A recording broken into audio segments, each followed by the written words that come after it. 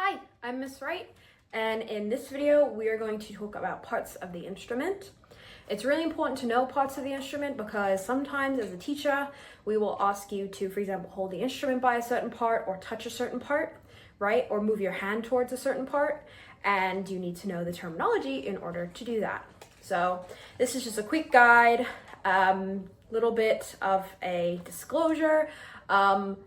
I use different terminology than other teachers, so you might have been taught something different, but this is what I know and this is how I refer to the parts. Okay, so we're gonna start with parts of the instrument. So as you can see, I have a violin in front of me, but really you can do, this is for pretty much any instrument. So we're gonna start at the top, we're gonna start at the head, okay? So just like our own bodies, you know, we have different areas, right? So we have the head, we have the neck, and we have the body. So we're gonna start with the head. So right up top, we have a piece called the scroll. And as you can see, it's windy, kind of like an actual scroll, right? Like a paper scroll.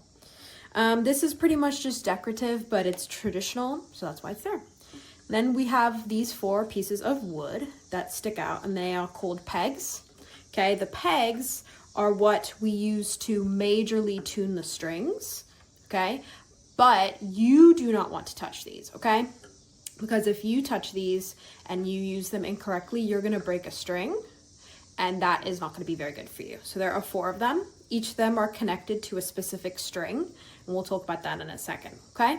So the pegs, they slot inside, and they are in a peg box, as you can see.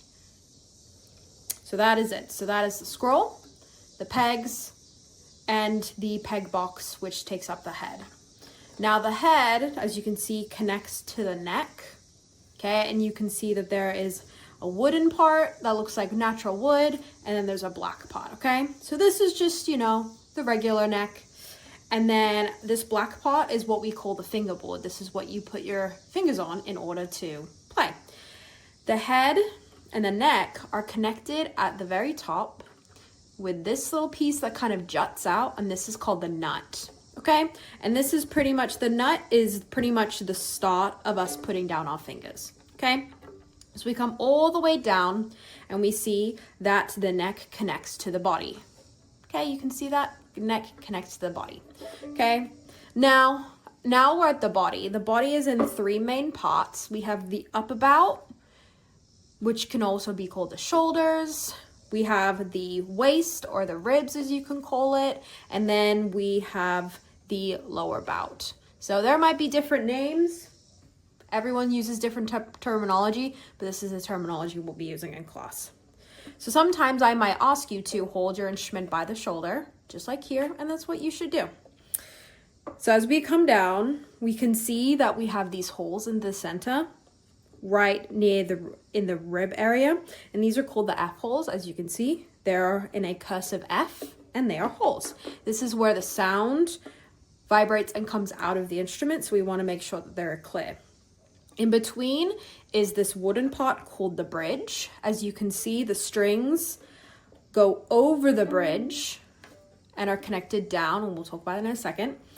But as you can see, there are 4 little wooden parts, 4 little notches in the wood.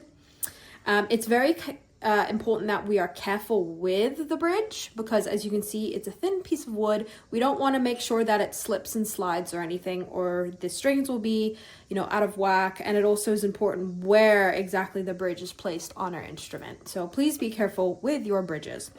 As you can see, the strings come all the way down and are connected. We call this the tailpiece, okay?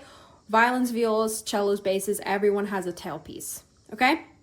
Now, violins, violas, and cellos have fine tuners. As you can see, there are 4 fine tuners for each string. Basses do not have fine tuners. However, their pegs act as fine tuners. So basses will actually use the pegs in order to properly tune, but everyone else, we will just use the fine tuners to tune, as you can see. Now, these last few parts are just for violins and violas. So we have right here, we have the chin rest. Of course, this is where we are going to rest our chin, okay? So we don't want to, you know, put anything else on it, but this is where we're going to rest our chin.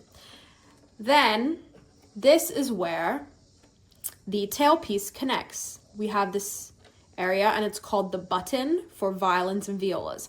Now, cellos and basses have something right at the bottom as well, and that is called an end pin. It is a silver rod that comes out of the instrument, which we will use in order to adjust the instrument for size. So let's quickly review, okay? We have the scroll, the pegs, the peg box, then we have the neck, the fingerboard, the nut. We have the upper bout or shoulders, ribs or waist, and we have the lower bout. We have the F-holes, we have the bridge, we have the tailpiece and the fine tuners. And for violins and violas, we have the chin rest, and we have the button for violins and violas, or the end pin for cellos and basses. Okay, as you can see, we have 4 strings. All the string instruments have 4 strings, and that's about it. Now we're going to talk about the bow. Okay, the bow, as you can see, is in kind of 3 parts. We have this area called the frog. We have this long part, which is called the stick, and we have this part that's called the tip. So if we go back to the frog and go a little closer, we have this part, which is called the screw, which unscrews and screws in order to tighten or loosen the bow hair. Okay. We have the leather, as you can see, which is where we, put our fingers. Usually our fingers lean onto it. And then this, a lot of your bows will have, it's called winding. It is just the metal part. And then, as you can see, we go up, we have the tip, of course, the tip of our bow. It is very important when you hold the bow that you do not touch the hair, and that is the kind of beige you can see right here. This is actually horsehair, and what they do is they bleach it and they put a bunch of chemicals in it in order for us to put something called rosin on the bow, which we'll learn about later. But just, you want to know that you do not want to touch the hair at all with your hands, because your hands have chemicals and that is not very good.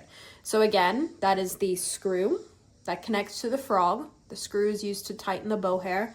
We have the leather, the winding, the stick, bow hair, and then we have the tip of the bow.